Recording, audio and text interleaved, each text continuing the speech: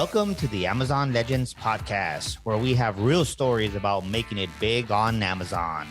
Our guests are CEOs of large companies and entrepreneurs who became powerful sellers, also experts specializing in helping sellers, and both former and current Amazon employees who will give us an insight from behind the scenes. Here's your host, Nick Urison. Welcome to another episode of Amazon Legends. My next guest today is a hell of a person with many accomplishments. So first of all, she started a 3D printing company, which won global startup battle across 180 cities against 25,000 startups. And from that success, she consulted several Fortune 500 companies on IT. And she's been on an Amazon seller since 2020, which if you think about 2020, this is all about the pandemic. So now you're dealing with someone who starts a business during the pandemic. And she's currently selling her private label products in women's clothing called Millennials in Motion. And when she's not working, she loves hosting parties. She's your typical social butterfly. So with that, everybody, meet my guest, Shan. Welcome to the show, Shan. Thank you, Nick, for having me. Oh, I'm always happy to hear from ladies who have been dynamite in business world, because you really kill it, because your approach, I find it fascinating, is very different than men. So you pick up on things that men would never really see naturally. So I'm always happy to hear. Yeah. So tell me something you're doing very well right now. Well, as you know, I'm in women's clothing. And the tough part about women's clothing is it's very, very tiny margins. So I have to have a whole different approach to selling on Amazon. That's very low risk and low capital. Low investment, essentially. And that's something I kind of had to figure out by myself. And I realized that the best way to do that is actually to leverage other platforms besides Amazon before you launch on Amazon. So what I do is I leverage Etsy, for example, to increase my performance on Amazon. So tell me, how do you do that? So the 80-20 rule, it's a very popular rule. It says that 20% of products will do 80% of sales. And that 80-20 rule happens everywhere in life, right? A lot of things have this algorithm. And that is no different in Amazon space. But what is the 20% that is succeeding, right? You have to figure that out first. So I realized that it's actually way easier to launch a product on Etsy before you launch on Amazon, because you don't even need a barcode. All you need is a picture and description, and that is it. And you can launch it on Etsy immediately. And Etsy also gives you an algorithm push, so you can get some data right away. Data you would not easily get from Amazon unless you paid Amazon. And then from launching on Etsy first, right, just 3 days, you could potentially get enough data to tell you if this is a 20% winner or an 80% failure. And then when you realize that, then you only launch the ones that are 20% winners on Amazon. And you invest in PPC, pay-per-click, sponsored ads to get the rankings. And that's something that will save you so much money, because so much money is lost investing PPC on a product that's never going to succeed anyways. So, okay, I've never heard this. So this is an extremely, what you would call the guerrilla tactic, right? So you are doing something to gather data and then also vet the product. So tell us what success looks like on Etsy when you launch a product. How do you know that it's going to be in the 20% or in the 80%? So that would be a bit of experience, but it doesn't take a lot of experience. Every category is different. For my category of products, I found that it's a 0.8% click-through rate or higher. It's 40% or higher add to cart rate. it's, oh, sorry, 4%, not 40, 4%. It's a 2% or higher conversion rate that turns into a close. And then there's a couple other metrics, like what is the percentage of people that like your product? Because on Etsy, you can like a product, and Etsy community is very, very social. So they do like products a lot. And you figure out your benchmark, right? So for this category of product, these are the stats that typically mean it's a top 20% winner. And then once you know those stats, and it doesn't take a lot of effort to figure it out, then every single time you launch a product in that category, you check against the benchmark. Is it higher or lower? If it's higher than those minimum numbers, then you probably have a top 20% winner. Okay, this is interesting. So what you are watching is, walk us through those 3 data points again. First is click-through rate, right? Yeah. So what click-through rate are you looking for? For me, I was looking for 0.8%, but it may be different for other categories, right? Maybe you need a higher percent to find that 20% winner. But for me, it was 0.8. And then the next metric you're watching is the add to cart. Yes, which for me was over 4%. 4%. So out of the 4% of the people that add to cart, then what is the conversion rate? And then conversion rate, it ignores, for me, I ignore add to cart. Conversion rate is just, how many visitors you get and how much closed sales you get. So that would be 2%. So half of the people, so let's say the add to cart rate was 4% and the conversion rate was 2%. That means half of the people who added their product to a cart sold it, closed it. So you have 50% closing on add to cart. Correct, if that was your numbers. Okay. So in your case, what you're looking for is 0.8% click through and 4% add to cart, and then 50% close from add to cart. Those are numbers that tell you this is a winner. Yes, the add to cart and the close rate doesn't have to be 50. So let's say, for example, you have a 10% add to cart and your conversion rate is 3%. That's still very good numbers, right? Right. But it's a 33% conversion rate from add to cart. It's not about the relationship to each other, it's more just the number itself. I see. So the conversion rate is measured by how many people looked at the listing and how many people ended up purchasing, right? Correct. And you are saying that, what is an acceptable number for you, 2% and up? For my category of products, correct. Okay, and that's clothing. Yes. Clothing is a tough category, right? Very tough, maybe one of the toughest. So why are you in that category? I'm in it because it was really just a flow, kind of the flow of it, because I started selling face masks in 2020 because nobody had any nice face masks that looked good. And it was a huge success because everybody needed face masks in 2020, but then the sales died. And then I thought, okay, what should my next products be?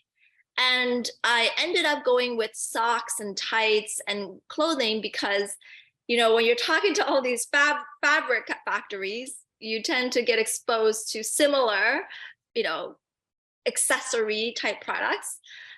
So I just kind of naturally ended up in women's clothing, but I don't think that was a typical story. I think typically people tend to be more specific and direct about what they choose to do next. Right. I mean, the reason I asked that question is because usually, like, for example, I myself like complex situations. Mm-hmm. So a lot of people avoid complex situations. Like Amazon platform is pretty complex, right? So I've got a SaaS platform that deals with complex scenarios and then produces numbers. So people ask me, why are you doing this? because usually there is less competition in complex things. Mhm. So I was looking for an answer from you. I thought maybe you choose clothing because you've uncovered something that gives you the competitive advantage in that space. But I'm hearing that's not the case. It was kind of like you life brought you to that from starting with face masks. You know, the honest answer is probably natural, but at the same time, you're totally right.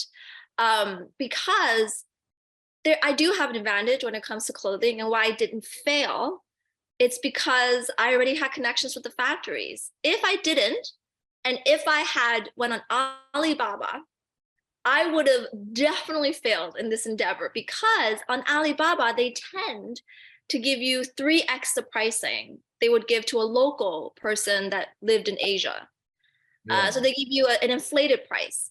But when it comes to clothing, you don't have that profit margin. So if I had got the fake price, what would have happened? I just would have never made money, and I would have failed. So that Yeah. is a big barrier to entry for clothing. Unfortunately, people don't realize you really can't buy it from Alibaba. And I know this because I actually tried once.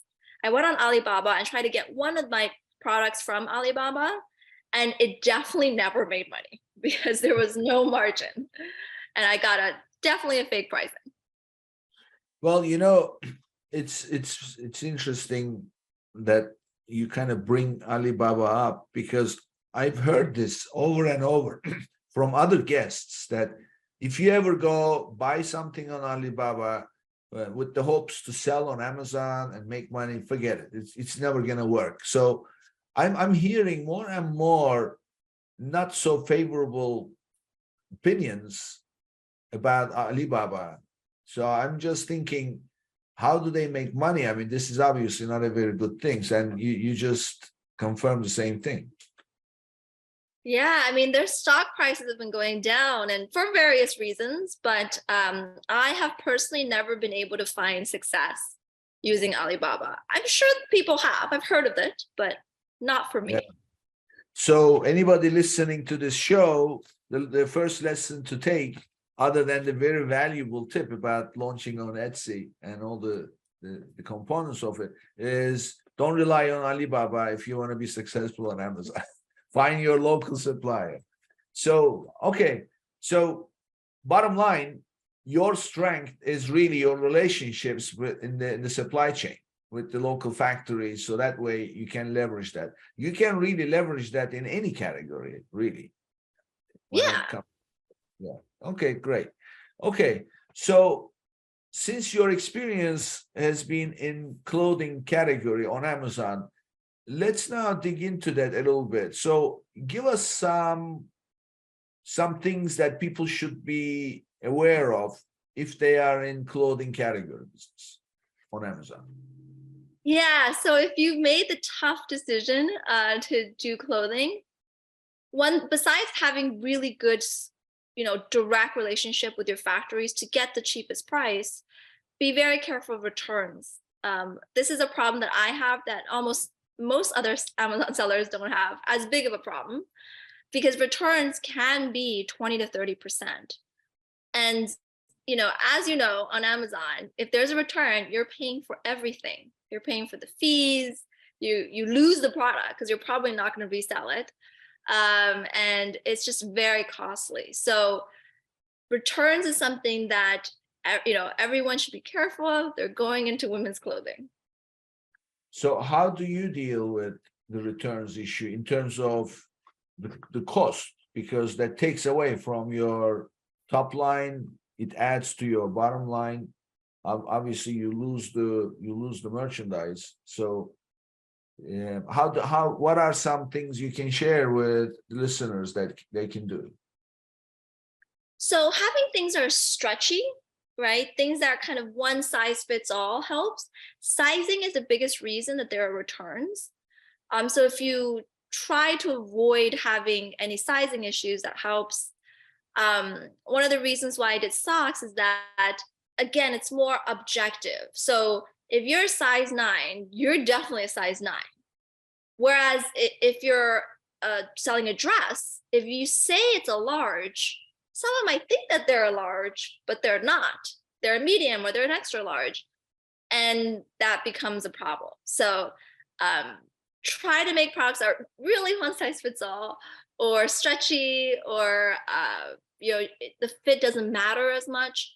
Even if you maximize your fit though, there'll still be some returns because they just don't like the look. Just because clothing is so subjective. Men's clothing is, I hear, better because men don't return as much as women. So maybe men's might be a more safer route. So as far as clothing, I remember this because I spent about 3-4 years in textile industry. It was actually my very first job. And we had our own collection and we would manufacture it offshore and then bring it in. And what production was always a problem because the specs, right? So all the, you mentioned the sizes. So especially when something is manufactured overseas, the sizing is very different because the people living locally, medium for them may not be medium for you here. So it was always back and forth, and there was a lot of discrepancy, and then getting the production samples and blah, blah. So it's a fairly tough category, even before you start selling, bring it in here and then actually list the item before you make the first sale. There's quite a process involved. Exactly. Yeah. I tried to sell lingerie at one point, and I think I ordered extra larges, but then when it came, and I'm a size 0, it was too small on me. The extra large was too small on my size 0 body. So it's very, very big discrepancy in sizes. Okay, so let's talk about the numbers of the clothing category again. So share with us some numbers. What I'd like to do is always break down a sale and then see what each bucket takes away from the top line. So what should you be aiming for in terms of the landed cost of an item in comparison to your top line? What percentage should you be paying for it? Yeah, I mean, if you could do 20%, I think that's pretty solid. Lower the better. So 20% or lower, I'd say. Okay, so that takes away the cost of goods sold. So you obviously pay Amazon 15%, right? Mm-hmm. So that's non-negotiable.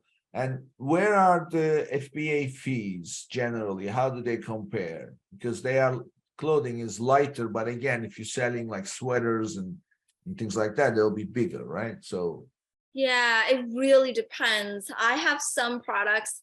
So I have products that are, say, tights, and I have some that have like a $4 FBA fee. But then I have some that have a $7 FBA fee.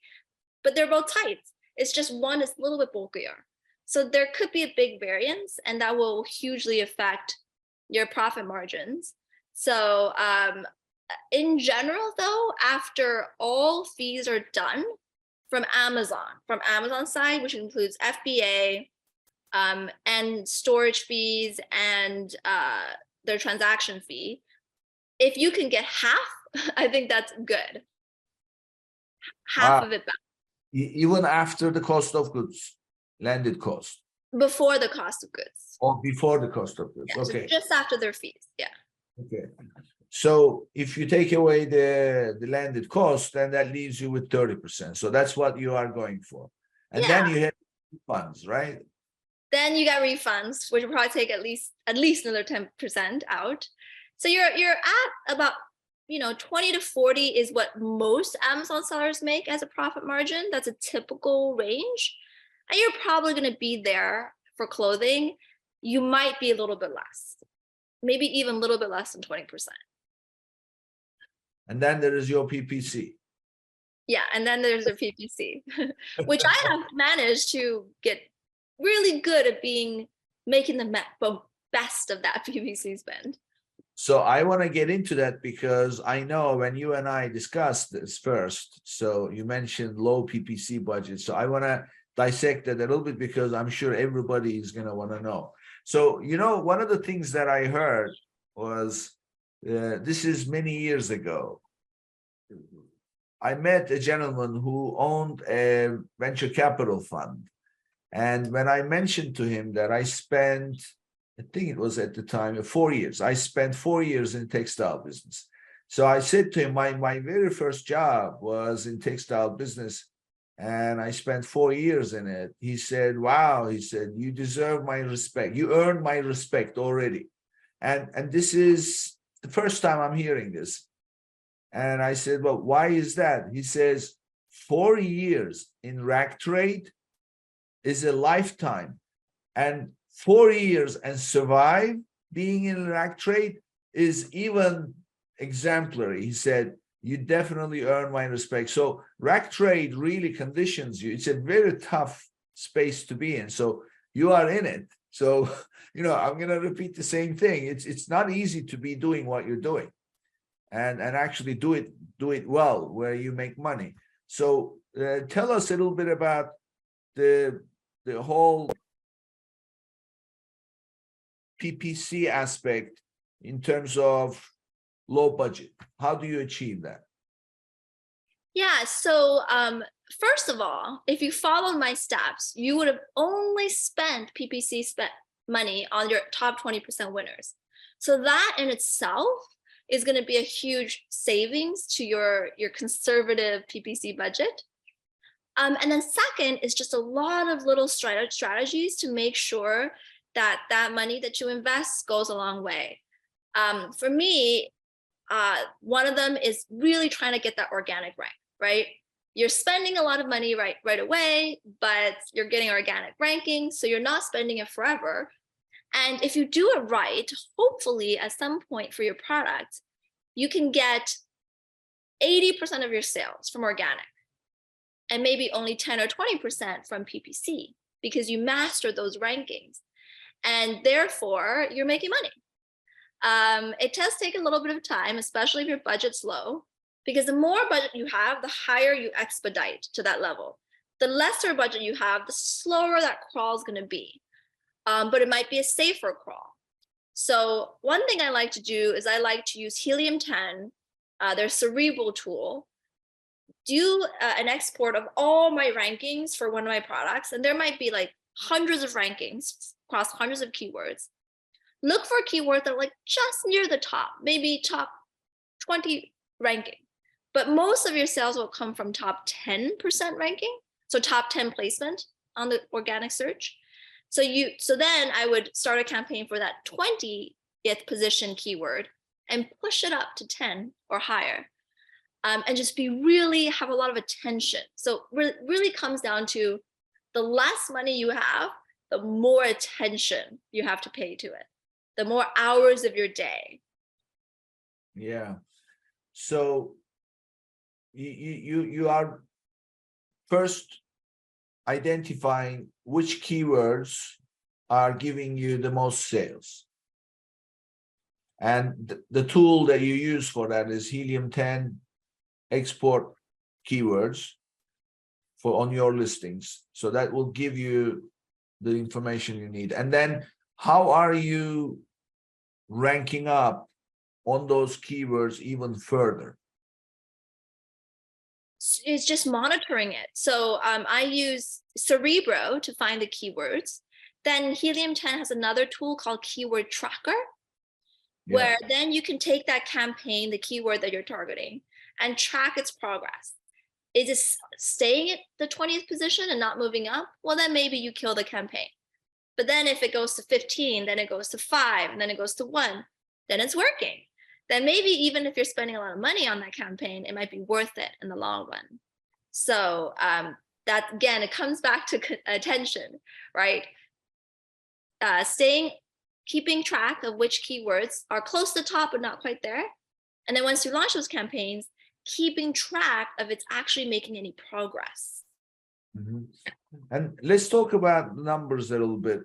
So you are obviously into numbers, and I also happen to know you have a relationship, the gentleman who runs the PPC Academy. So you collaborate with them. So obviously you have an advantage here. So you can give us much more specific information about how to make this better. So tell us some numbers that you would consider good in terms of your keywords. So take those keywords that you say that are producing the most. What is a good click-through rate on those keywords? Have you ever tracked that? It's too hard to answer that question because it's so different for every category. It's different on Etsy and Amazon. It's just different everywhere. Some products we have, so I work with a company called Trivium. It's run by a guy named Mina Elias, who is one of the top experts in the world on Amazon PPC. And so I not only work for him, they also run my PPC now. So I'm a client of Trivium as well. And I see, numbers all over the place.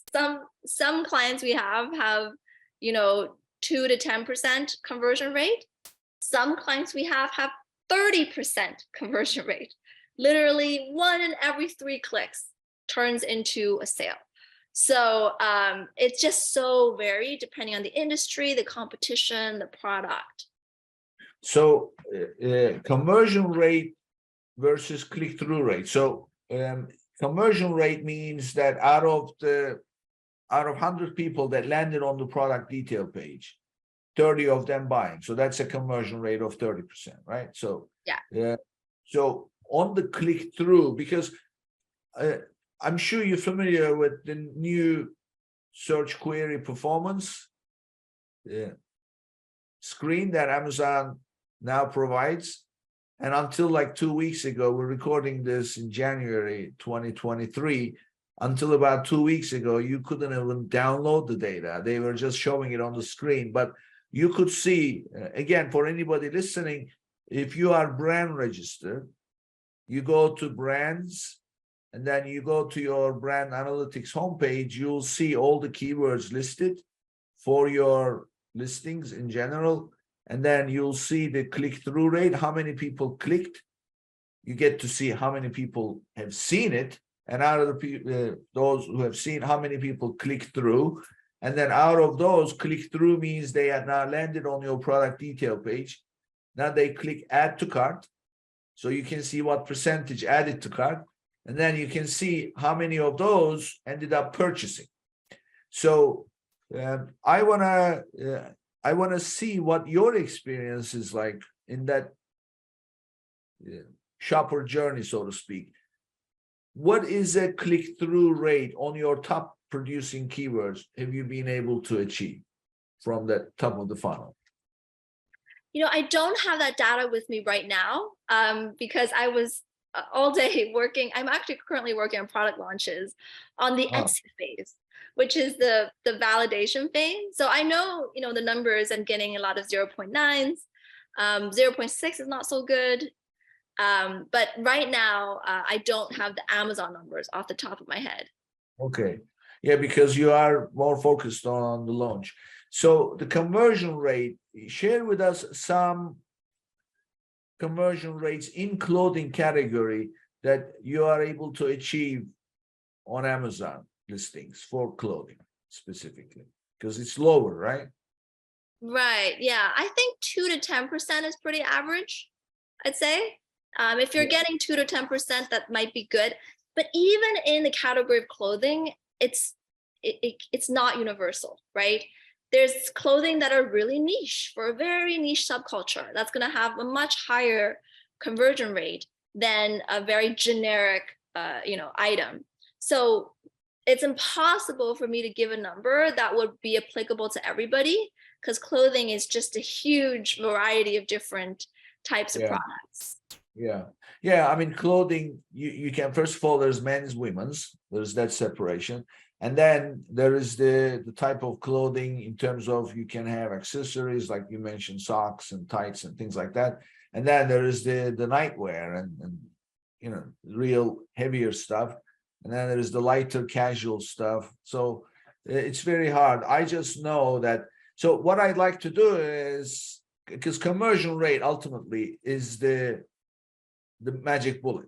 The better the conversion, the more sales, the better bottom line and everything else. So that's always my focus. However, it's very hard to standardize, and we only quote an industry average across all categories. We say 12%. So that's something that I've come across here and there. That seems to be embraced, but clothing is always lower. So when you say 2 to 10%, so I totally agree that would be the average, and you improve it, then you'll do better.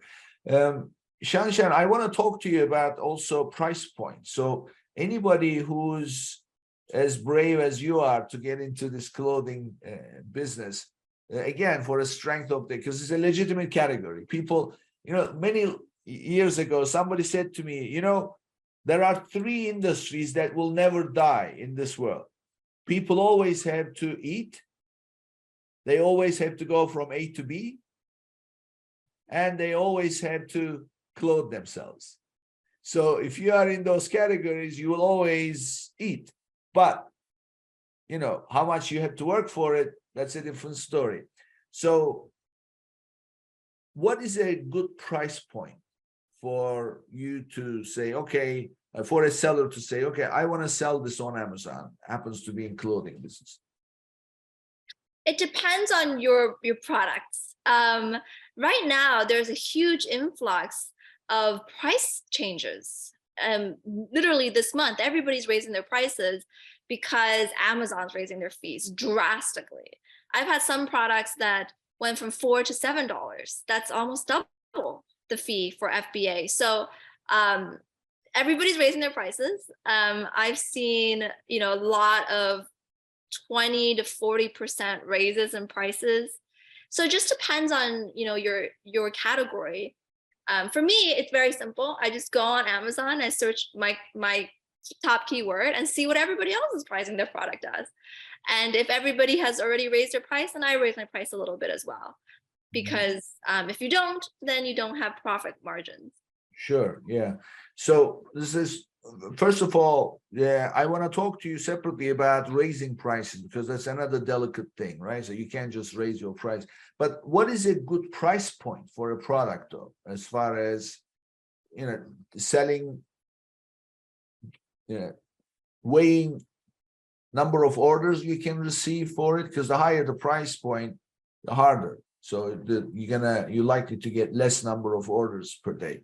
So what is a good price point where you can maintain a steady stream of orders that are at a fairly sizable number, as well as maintain your margins? Depends on your product. Because a product could be $10 to $90, right? It just really depends. It'd be like, what's the price point of a house? I don't know. It's such a huge range. For my products, they're all about $10 to $20. Okay, 10 to 20. I mean, the reason I'm asking is because I always recommend people to watch out for the price point. And I encourage people to be above at least $25, mainly because if you think about it, doesn't matter what your item is, you're going to pay an FBA fee, and it's not proportional. So you are always going to start at least whatever the lowest FBA fee is and up. So, and that starts at some point. So if you make it real cheap, then a huge percentage of your sale will go to FBA if it's real low. So that's number one. Number two, your keywords, you're going to have to bid, right? So your bid on some keywords can be as much as $1. So suddenly, and as you know, clicks don't necessarily mean sale. So if you ever bid on a $1 keyword and you're selling it for $10, 10% is already gone to that bid alone. So that's why I always tell people, just stay north of 25. The higher, the better. And I'd like to see $38 and up. That's typically what I say, so that you can structure. Because my experience is there's 2 things happen with sellers.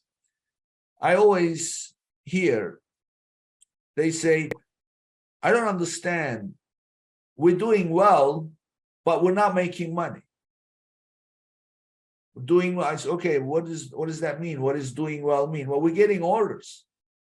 Well, okay, you're getting orders, but you're not making money. What does your revenue model look like? What are those percentages? And then when you dig into the individual buckets, they are buying competitively, but they're selling so low. So the FBA takes away a big piece, storage takes away a big piece, percentage-wise. And by the time they are left, they have 20-25% margin in the net bottom line. But the dollars are like 30 cents. What difference if you're making 25% net and it's only making you 30 cents in your pocket? Don't make the sale. So that's the broken revenue model. That's number one. Number two reason is their inventory. How much inventory are you carrying compared to how much net liquidity you are generating? So what that means is, let's say at any point in time, you're making, again, 25% net.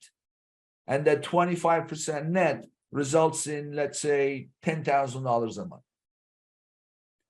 So first of all, if you make $10,000 a month, your sales probably were around 50,000 or so. So to make $50,000 sale, about 30% of it would be inventory. So that's about 15,000 or so. So at any point in time, you're carrying, let's imagine 3 times that, 45, 50. So if you have $50,000 worth of inventory at any point in time to sustain your sales, and you're making 10,000 a month, it's going to take you 5 months just to see a penny from that, right? Yes. So those are the things that I always warn people against. So, plan this ahead of time so that when your hard work does pay off and you start to bring in the orders, you are actually left with some cash in your pocket rather than pennies. Yes, exactly. So that's why I was asking what price point. So this was great. So, I mean, I had to really take my hat off to you, to being textile business, and then to be doing well in clothing category on Amazon. So I want to cover some other aspects of building an Amazon business. So tell me about your opinion on what is the biggest opportunity that Amazon presents for you as far as someone who has a brand and building. In 2023, costs are going up. We have inflation, right? So despite all this, what do you see as the biggest opportunity? I think that's, I've been hearing around a lot that Amazon is really digital real estate. Back, 100, 200 years ago, there was a lot of land for people to purchase. And if you purchased that land back then, you'd be really, really rich right now, especially if they were prime land. And Amazon is actually no different. But instead of land, it's keywords. Keywords is the real estate. If you mastered a keyword that's like a very popular keyword, like supplements for men or something very popular, then you have the most valuable real estate that's out there, and that has a lot of value. And that has a lot of protection and creates a lot of passive income. And you can spin off other products based on that one keyword that are, complements to that product. So opportunity really is just get the real estate as soon as you can, as early as possible. It's never too late, because at this moment is the earliest time it will ever be, right? If you wait any longer, it will be a later time. So I like to see Amazon as a bed of digital real estate that anyone can try to get. And I also think a big opportunity is the honeymoon period, which is, people say it's about 45 days.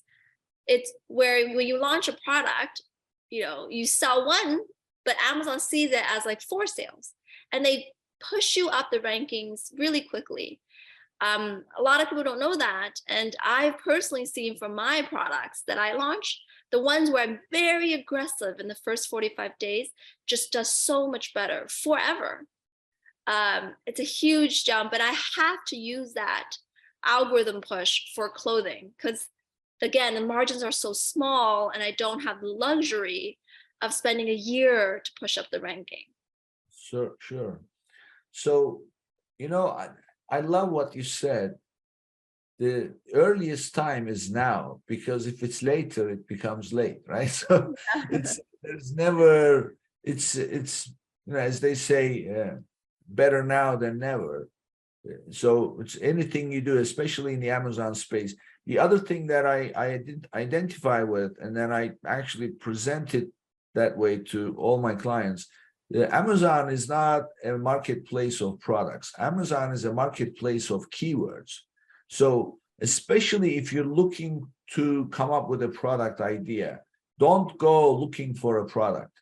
Instead, look for keywords that have a significant amount of volume that you can divert your way. Like something with 100,000 searches a month.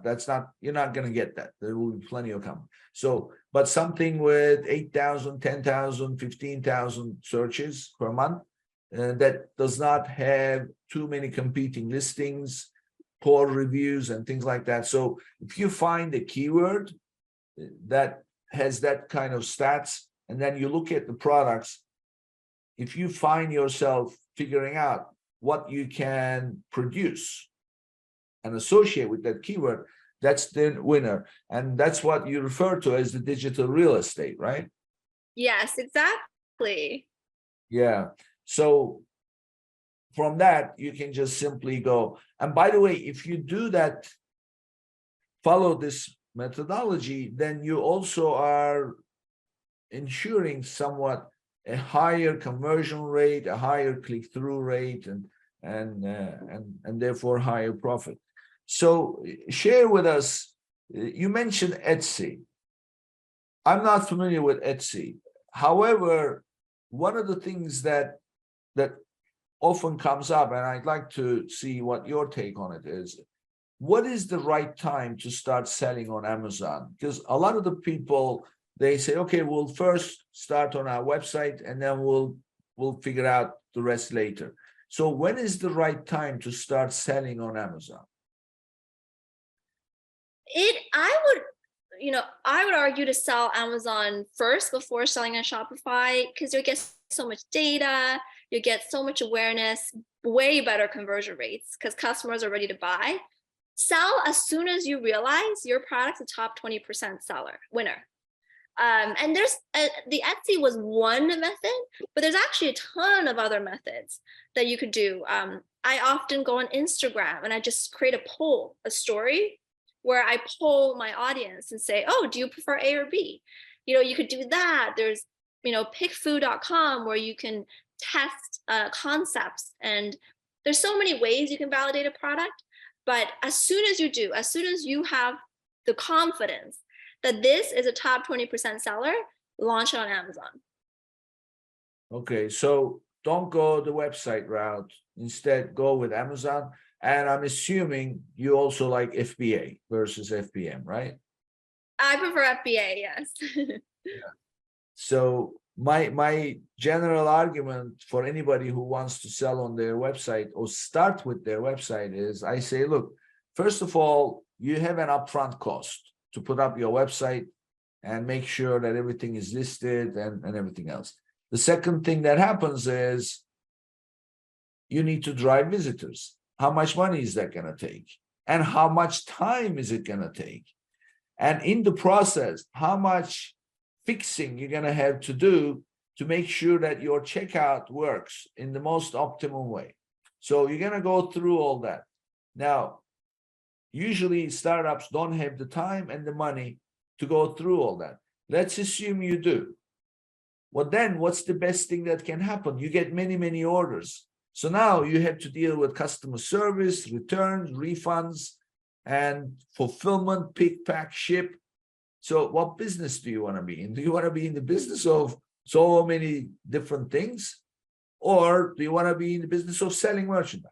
So if that's the case, start with FBA and you'll work your way up. Once you figure out the FBA, you can maybe introduce some high ticket items that you can offer as FBM, because those ones you don't have to buy and carry stock. So you just confirm that. So I like the idea of Etsy very much, because now you are even eliminating the guessing game of whether or not it's going to sell. So give us some information on structuring a team. So tell us what a good team looks like. What are the roles and responsibilities? And in the process, what do you outsource? Yeah, so as I said earlier, it takes a lot of time, right? A lot of PPC, good PPC execution is time, human time, not robots. I would warn anybody against using robots to automate their PPC, because I know friends who've lost hundreds of thousands of dollars on that. But my team, we have, for every one of our clients, including myself, we have at least 5 people on the team. So there's a head of advertising, a PPC strategist, PPC analyst, operations manager, and a QA quality control. So the head of advertising does a lot of the strategy, whereas the PPC strategist does the day-to-day work, and then the PPC analyst does the data mining to make sure the data is healthy and we're actually making money on our PPC campaigns. So that's how the team that we put together work for each of our clients, and this gives us a lot of flexibility and a lot of hours that you can get on your campaign manager without paying the full price of 5 full-time employees. Yeah. So really it's just getting people who have tons of experience doing it, that are really, really good at it. I like to hire engineers. So, and it doesn't matter where it is in the world. Anywhere in the world is fine, as long as their English is really good. And I do prefer engineering backgrounds. I find that they tend to be more creative and analytical when it comes to Amazon PPC. Yeah. So you're referring to the PPC operation. How about the rest of the Amazon operation, like the replenishment, the demand planning, as they call it, financials, content, and things like that? That I do most of it myself. I have some people in China that helps with sourcing and managing the inventory there. But right now, I actually try to do everything myself, because I do believe that you need to know what you're doing and the best way to do it before you hire someone else to do it. So at least you know that they're doing it correctly. Yeah. And if they're better than you, then even better. So what you are recommending really for people to do pretty much on the operational side, do the things that need to be done themselves so that they can learn it before they hire somebody else, versus hiring somebody and saying, you take care of this, and they don't really have to look at it. You're not in favor of that so much. Have a basic understanding. I think overall it's better to hire someone that's better than you, but how will you know if they're better than you if you don't have some basic understanding of it? Yeah. When directors, are training to be directors in big movies, they start by doing every role themselves, cinematography, right? Acting, everything that they learn themselves, editing, so that they have a basic appreciation. And then the director hires a better editor, a better cinematographer, better actors to fill out their team. Yeah. Yeah. I mean, you need to know what's involved in getting the job done and getting it done well. So that way you can hire the right person. And most important, because when you're hiring people, all you can do is just ask questions, right? So if you don't ask the right questions and you cannot understand the nuances in the answers, you're not going to know how well they are able to do the job. So that's great. So one thing I like to ask, especially every seller, is if you could change one thing in Amazon policies for third-party sellers, what do you think that would be?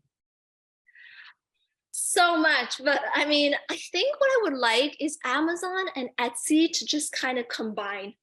Because Etsy has, the quick setup, it's very easy, it's the UI is very nice and clean. Amazon kind of has messy UI, and there's like a million things you have to fill out just to launch a product that most of the time you don't even know what they mean. It'll be like bag _2. Like, what does that mean? What am I putting in here? And so I wish they would just combine. The great thing about Amazon is that they're more predictable. Amazon's algorithm is easier as an execution. If you sell, 30 units and your competitor sells 29, then you will beat them on the ranking. It's just simple, right? Etsy's algorithm is not that simple. I still haven't been able to figure it out. I don't know what pushes you to the top versus not. It's probably something similar, but may not be. It doesn't seem to stick as hard. Whereas on Amazon, if you're number one, you're going to be number one for a while. And Etsy, it seems like you're number one day, and then you're sitting all over the place. So I would really just like the two of them kind of to combine and have the best of both worlds. So yeah, would be my wish. Well, I don't know from corporate aspect of it how the two of them combining would be easy, but what I've heard from you is the improvements in UI, and I totally agree with it. It's Amazon is like so 20th century in many ways. It's very hard, and also a lot of the functionality, especially recently, I don't know what your experience is like, but a lot of things break. Like, for example, you upload images or you submit images in your feed and they don't show up. And then you have to create a case and say, oh, sorry, it will take 24 hours, and you wait a week, still they don't show up. or listings don't appear, or they don't appear to assign your attribution tags. And you create a case. So I don't know, maybe it's the recent events, but their UI and their support, I'm finding, is receiving a lot of criticism. Definitely. So, Shan, this was great. So tell us a little bit about yourself. Where did you grow up? How did you get into? Give us your life experience. How did it? Did it bring you from the beginning to today? I grew up in a rural area in China, and I couldn't be more grateful about being from there, because they say that you can't truly be happy unless you see the opposite, right? Unless you were at the bottom, or if you're always on top, you don't realize how good you have it. So having that huge contrast from having no plumbing, no electricity, to being in like paradise in Miami, is such a huge contrast that I couldn't be more happy of a person. I find it's hard for me to complain because I love it, appreciate and grateful for everything. So I think that has helped me a lot in my life, because positivity, I think, really helps your Amazon business. Being positive that everything will just work out, because otherwise it's going to be struggle, because Amazon can be tricky. So wait a minute, I want to know this. So you grew up in a place that pretty much lacked the resources that today in America, obviously, it's available. So were you always positive growing up as a kid, or did you become positive once you moved to the United States? I would say that once I had that contrast, which is when I saw the huge change in lifestyle from living in the States versus living in China. And I loved living in China. It was great. I lived with my grandparents. But when you see that huge difference, every meal that I eat, every day I walk outside Miami and it's in January and it's 80 degrees, I'm so grateful. Yeah, well, definitely. I mean, positivity brings positivity, so that's the way to be. So, give us, Shan, how can people reach out to you? I'm sure they're gonna want to pick your brains on Etsy, especially. So, give us your contact information. Yeah, so one of the things that my father has always taught me was give first. If any of your viewers are watching would like some help with their Amazon, what I can do is I can have one of my engineers that I talked about give them a 30-minute video where we go through their entire Amazon account, dissect their listing, dissect their PPC, and tell them what they could do to improve. Very comprehensive video. It's totally free, no strings attached. If they want that, I'm happy to help them. I learned, Amazon from a lot of really nice mentors and generous people, so I want to give back. So you can reach me if you would like to do that at hello@millennialshops.com, and I'll send you that email. And also, if you're in Miami or New York, let me know, because I've been hosting a series of e-commerce founder dinners that I would love to invite you to. And it'd be really fun. It's best to learn from peers. Yeah, great. Definitely. We will put your contact information on the website. And also, if you have any links for people to register for that evaluation, share it with us, and then it will be part of your episode. This was great, Shan. Thank you very much. And I love listening to stories like yours. Thank you so much, Nick. Have a good day. Thank you. And this brings us to the end of another episode, and I'll see you on the next one. Thank you for tuning in to today's episode. Be sure and subscribe, rate, and review our show. And be sure and share an episode with a friend. And thank you so much for being with us today. We'll see you next week here on Amazon Legends.